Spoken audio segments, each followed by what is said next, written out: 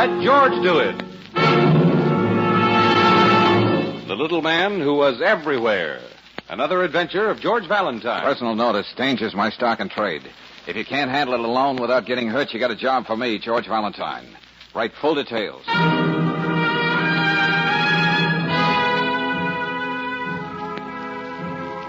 Dear Mr. Valentine, a man is trying to drive me mad. And it's very annoying. He's a little man with big glasses. I see him everywhere I go. What would you do if you kept seeing the same little man staring at you, sending you threatening notes? He has no right to do this to me. It's most inconsiderate. You must do something about it.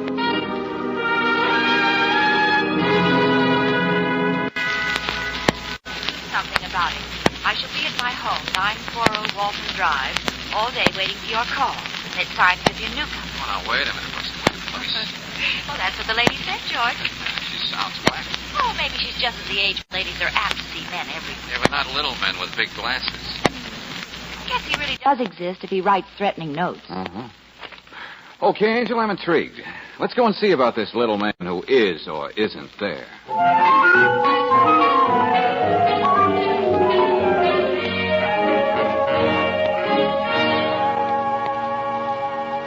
I'm the executor of the Carnuke estate. That was Vivian's father. And it's probably a good idea that I'm here. What do you mean, Mr. Wilton? Oh, just to make sure you understand what Vivian says. Oh, what's the matter? Doesn't she speak English? That's just it. Decidedly. She overspeaks it. Her father used to say Vivian has a grasshopper mind. The way she jumps to one thought, remember. Oh, from her letter, I'd say she has only one thought. Now, you see, next to Mother, Pierre. It's about the only time I feel really Oh, safe. Vivian. What? Oh, I didn't know you brought company with you, David. My dear, this is the gentleman. Oh, of course, Mr. Valentine. How do you do? This is Miss Brooks, my assistant. How do you do? Do you know anything about French poodles, Mr. Valentine? What? Well, Pierre hasn't been himself the last few days. I believe he's littleish. Yeah. Well, not to change the subject, Miss Newcomer, but wasn't there something about a little man with big glasses? Oh, I don't know where to turn. Whenever I leave the house, I know him. And he just stands there, stares at me. That man, Harry Sterner, is deliberately Trying to drive me out of my mind. Harry Sterner? You mean you know who this man is? Oh, yes. Davis, show Mr. Valentine those notes. They used to come every day. Just a few words scribbled on each. Let's see. Vengeance shall be mine. You mean just that, George? Here's another one. You shall perish in the flames of your own conscience. Did the thought of her keep you awake last night, too? And more in the same groove. Say, who is this Sterner? You see, Mr. Valentine, the Newcomer estate consists almost entirely of a number of apartment houses down in the old river flat section. Apartment houses? Isn't that giving those eyesores a rather fancy name, Mr. Wilton? Well, I admit they were built quite a few years ago, but many people are satisfied to live in them. About Mr. Sterner. Some months ago, there was a regrettable fire in our place at 39 Morton Street. Unfortunately, Mrs. Sterner was lost in it. Oh, how dreadful. Oh, now I'm beginning to see what this is all about. And, of course, I'm terribly sorry for this poor man, Mr. Valentine. But why does he blame me? I had nothing to do with it. Miss Newcomer, did you ever show these notes to the police? Oh, yes, and they spoke to him. He stopped sending the notes, but he goes right on popping up everywhere and just looking at me in that frightening way. Say, come to think about it, haven't there been several fires recently down in that section? That's the other side of this problem. After the one in 39 Morton Street, there have been 3 others, all in our building. Luckily, the damage wasn't too great. Sterner? We don't know, but we'd like to. Oh, you must do something about that man, Mr. Valentine. Okay. Now, this Sterner, where can I find him? The poor fellow keeps sneaking back into the house at 39 so he can stay in the apartment he had with his wife. The building is boarded up, but he gets in and out. We overlook it. You must force this man to realize how unhappy he's making me, Mr. Valentine. Oh, I'm sure he realizes that, Miss Newcomer. I'm just wondering how unhappy he plans to make you.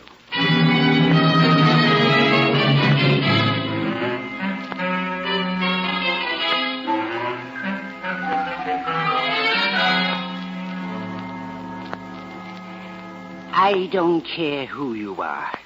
How did you get in here? Look, what I want to know, Sterner, is how do you live in this place? No lights, the windows all boarded up? And the stench of burnt wood. And that's what I like most. It doesn't let me forget what happened. Not for a moment. Why do you torture yourself like this, friend? It can't do any good. I look around this burned-out tenement and I think of my wife. And when I think of Irene, I think of Miss Newcomer. Okay, I'll take it. And then I find out where she is and I go there.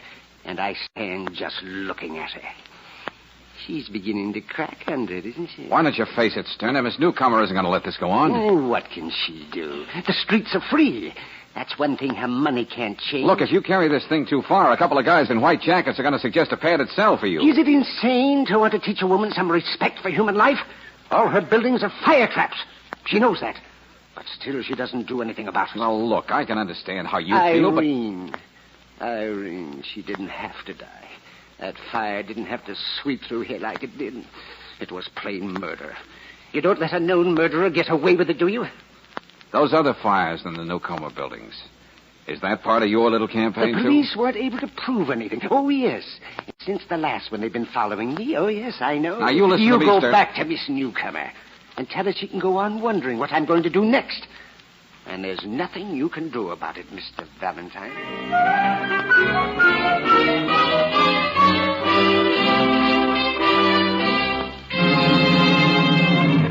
Miss Brooks, if it has to do with fires, the arson squad takes care of it. Homicide keeps me busy. So you can tell Valentine I've got a perfectly good excuse to stay off his merry-go-round this time. Oh, but you were sweet enough to go to all the trouble to get the information George wants.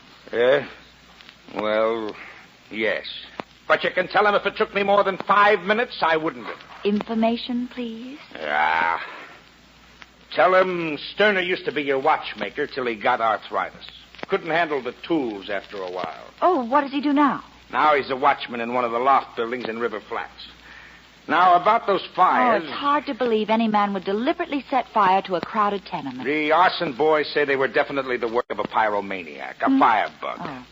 The jobs were too sloppy to be professional.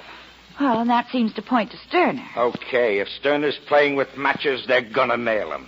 And if he keeps making faces at Miss Newcomer, he's gonna end up in the booby hatch. Yeah. Yep, at long last, a nice, simple job for our friend. Except for one thing. Well, I think I know what you mean. Yeah. Nothing Valentine's in the middle of ever stays simple.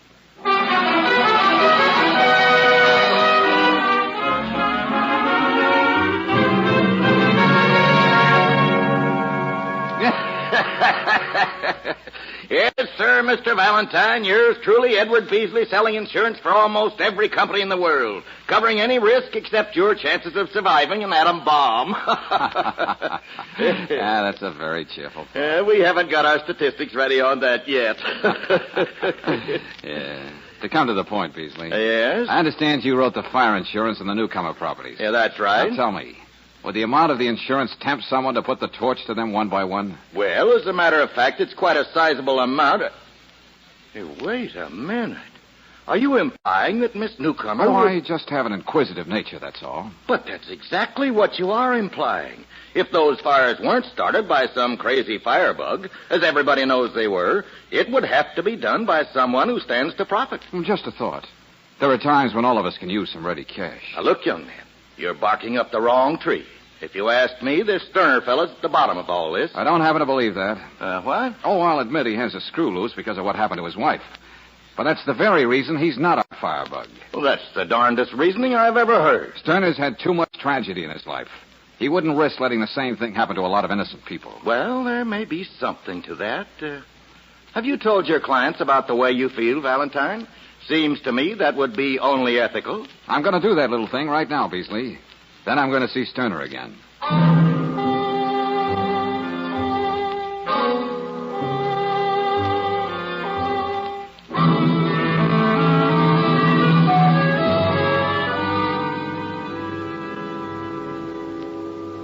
In effect, you're putting me and Miss Newcomer under suspicion. I only know the way I feel. Sterner didn't set those fires, and they weren't started by any wild-eyed pyromaniac either. There's a purpose and a reason behind them. So now what do you want me to do? If I told you to get off the case, Valentine, I'd only be admitting that there's something wrong. So I want you to stick with it. I believe I speak for Miss Newcomer, too. Okay. I still think you'll find that Sterner's your man. But the important thing is to stop him from hounding Vivian. She may not sound it, but she's a thoroughly frightened woman. Indeed, on the verge of a breakdown. Okay, I'll do what I can. I just thought you'd better know how things stand before I go to work on Sterner again. A very frank young man.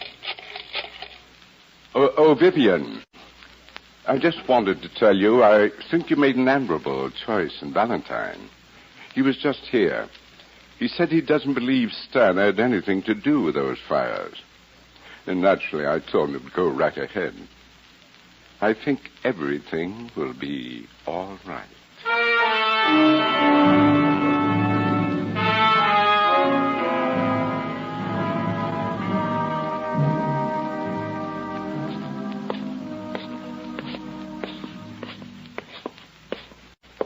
There are probably darker places than this, but I can't think of any, George. Yeah, Brooksy. I should have remembered to bring a flash. Wait a minute, I'll light another match. Yeah, we're almost up to the top floor now. You know, George, I could have sworn I heard someone downstairs in the hall. Oh, probably just plaster falling off the ceiling. Can't imagine anyone living here. You can imagine Sterner doing it. Ouch! What? Time out for another match, Angel. By all means, let there be light. Well, that's the door just ahead. You know, it's very interesting what Riley had to say about Sterner. I thought it was strange that a man as well-spoken as he should be living down in this section. Hey, Sterner, this is Valentine. Look, I got a few things to tell you. Come on, open up. Might be he isn't home, if you can call this home. Yeah, guess you're right. Well, we just have to wait for him. Oh, no, not up here we won't. I have a sudden desire to fill my lungs with good fresh air. All right. I think we can find our way down without this match. Now, you stay right behind me, Angel. You don't have to worry about that. George, can cats really see in the dark? Oh, you'd better stay away from this newcomer. You're beginning to sound like her. Oh, I don't know. Cats and darkness. George! George!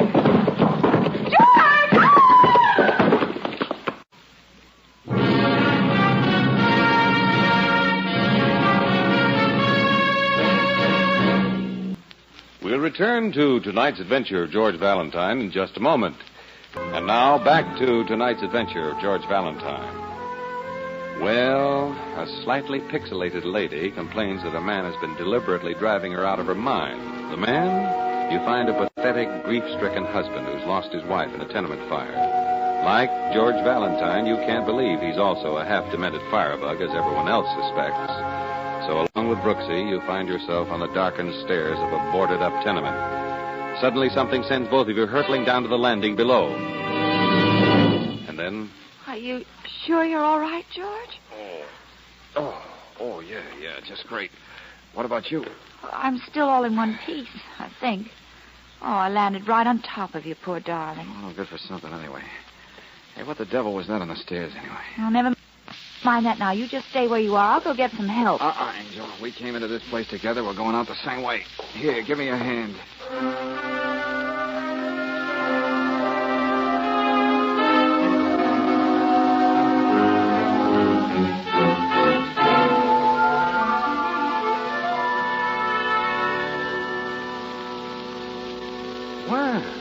Fancy seeing you, Lieutenant. Oh, I just happened to be in the neighborhood, Valentine. Couldn't resist dropping by at the office and seeing how quickly you heal. I thought you were going to stay off the merry-go-round this time, Lieutenant. Huh? Oh, well, this is just a duty call on a sick friend. Thank you very much. The abrasions are numerous but superficial. I warn you, Lieutenant, he's in a very sour mood. Yeah?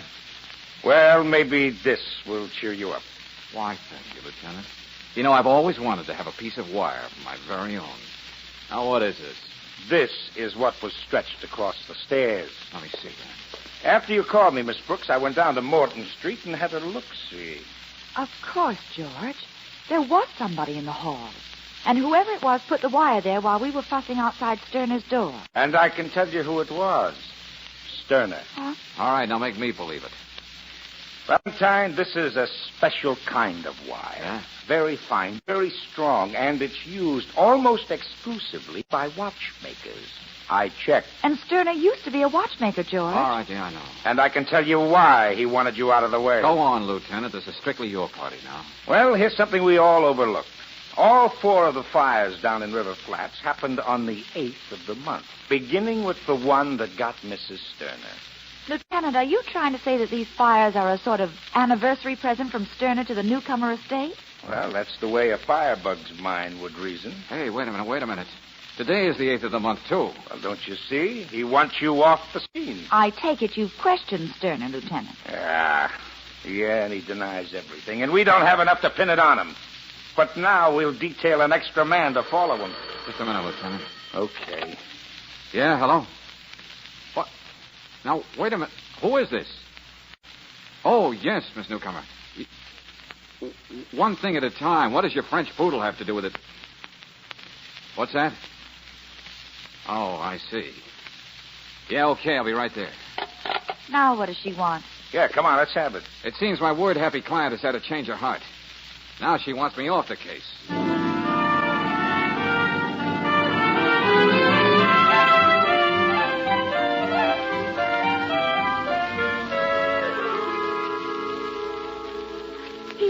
Pierre, my poor darling Pierre. Please, Vivian, I know how attached you were to the dog. But what's done is done. Exactly what has been done, Mr. Wilton? Why, that fiend. He poisoned Pierre. Now, my dear, we're not sure. Well, who else could it be? That's Sterner's way of saying that I'll be next. Oh, what will I do about Pierre, Davis? Shall I have him cremated or buried in a pet cemetery? I think that he would have wanted... Yes, I'm sure he would have. Now, what's this about me? Oh, we want you to drop the case. Give him his check, Davis. Here you are, Valentine. I'm sorry. Oh, I see. Had it all ready, huh? Well, don't you see, Mr. Valentine? Sterner knows that I hired you. That's why he killed Pierre. If I don't dismiss you, I'm sure he'll do away with me. Thanks for the check, but I'm still on the case. Oh, but really, That's young right. man... Wait a minute. From here on in, I'm working for Sterner. Well, how can you work for a man who goes around killing dogs? Mrs. Sterner died in a fire that could have been prevented. Now, hold on. You think I'm stretching a point to say that the person responsible is worse than a man who killed a dog?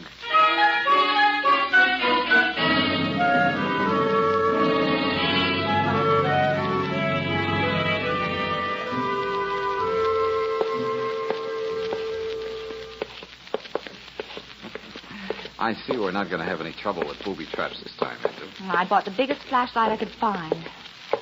George, Yeah? have you any real reason to believe Sterner didn't poison that dog? No, Brooksy.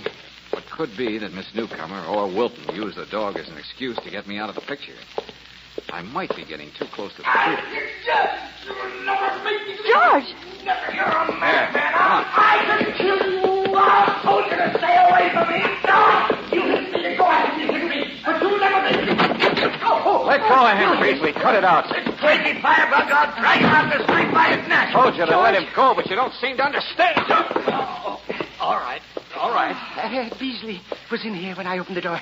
They're all against me, but I'm stronger than all of them put together, and I'll show Keep them. quiet, Sterner. What's this all about, George? I'll find out. Well, I was waiting for him here. I had enough of this nonsense.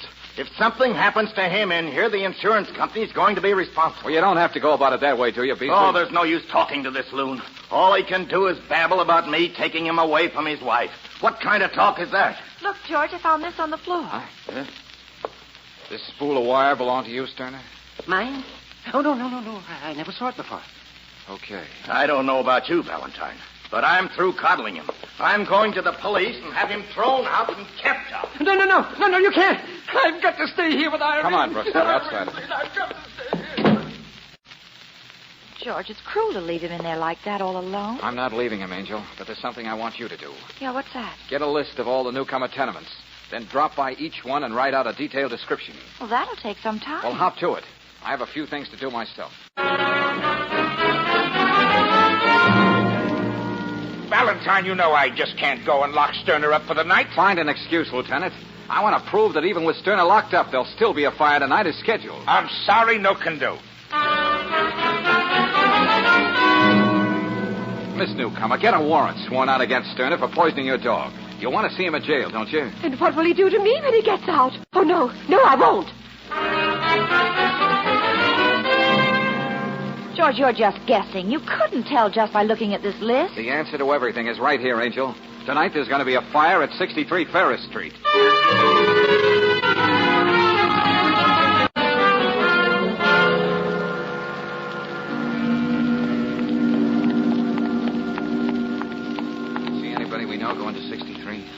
all quiet, George. Well, it's a cinch nobody can get in or out of that place without us seeing him. There's only the front entrance. And if no one shows? Someone will, Brooksy. And I'm betting it won't be Sterner. Well, I see all the lights are out in the warehouse next door. Mm-hmm. The last truck went out a few minutes ago. Empire Fabrics Corporation must be working overtime. Yeah. George. Huh? Down the street, just turning the corner. Here, let's get back in the doorway.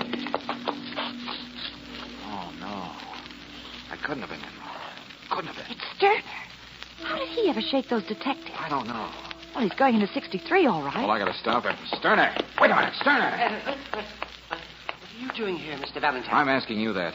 I thought you told me you were going to work tonight. I did, but I thought of something I had to do. Oh, yeah, I can imagine. Now, look here. Let go of me. I've got to go in here. There's something I've got to find. Sterner, you... Sterner! What did he say, Stay George? here, Brooksy. I have to go in and drag him out. Oh, he wouldn't dare start a fire now that he knows we've seen it. In his frame of mind, I don't know what he'll do. I'll go with you. Be quiet, Brooksy. Yeah, looks like he's headed for the top. Come on. George. Get out of here, Brooksy. Would you... Get over to the corner. Put in an alarm. Be careful, George.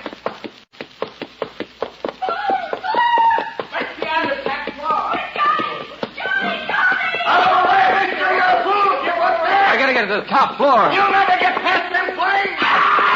Help! Somebody! Do something for me! I'm trapped!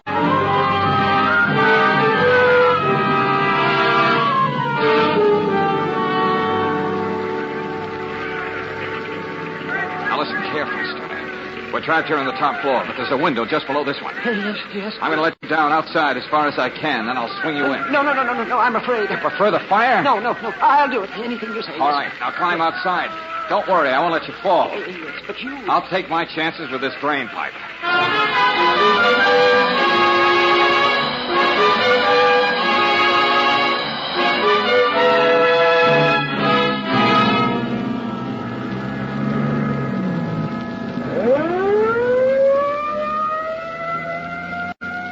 He'll be all right, won't he, George? Yeah, it's mostly shock, Brooksy. Once they get Sterner to the hospital, he'll be okay. Oh, the way he kept mumbling about his wife. Finding an answer here tonight. Just one more errand for you, Angel, and we can call it a day. Yeah, what's that? Get hold of Lieutenant Riley and meet me at the hospital.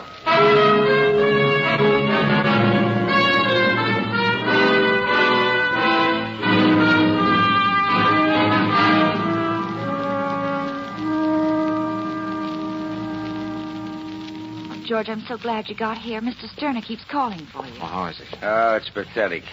The guy thinks you can help him. He doesn't seem to realize that all you can do is land him in the state hospital for the criminally insane. How'd you make out, George? Huh? Where were you anyway, Valentine? Well, you'd call it illegal entry, Lieutenant. Here's What? a present. What's this? Allied Fire and Indemnity Company. Amount of insurance. $800,000. Wow. Name of insured Empire Fabrics Corporation. But that's the name on the warehouse right Right next to the tenement where the fire was tonight. The idea was for both of them to burn down. But go on, Lieutenant, the line on the bottom. Name of agent. What's this? Huh? Edward Beasley. Yes, Beasley. The firebug who was crazy like a fox.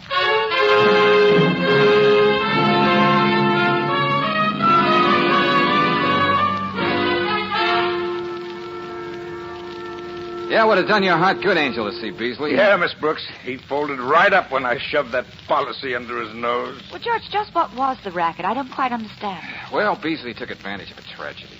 When Sterner began to hound Miss Newcomer, Beasley saw a chance to create the myth of a firebug. He knew the Empire Fabrics people were having money trouble, so he cooked up a deal to split the insurance money with them.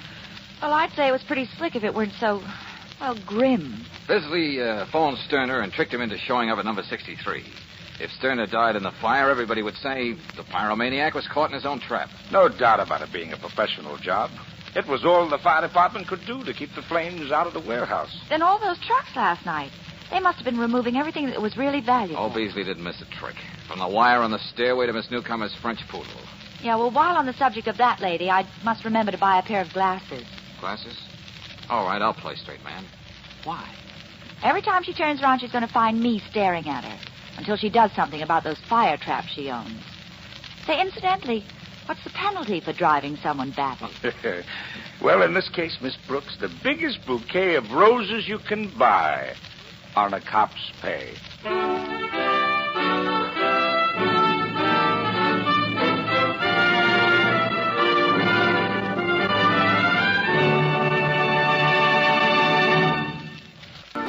Let George Do It stars Robert Bailey as George with Frances Robinson as Claire. Wally Mayer appears as Lieutenant Riley. Tonight's story was written by David Victor and Herbert Little, Jr. and directed by Don Clark. Also heard in the cast were Howard McNear as Sterner, Sarah Selby as Vivian, Pedro de Cordova as Wilton, and Franklin Parkler as Beasley. The music is composed and conducted by Eddie Dunstetter. Your announcer, John Heaston. Listen again next week, same time, same station, to Let George Do It.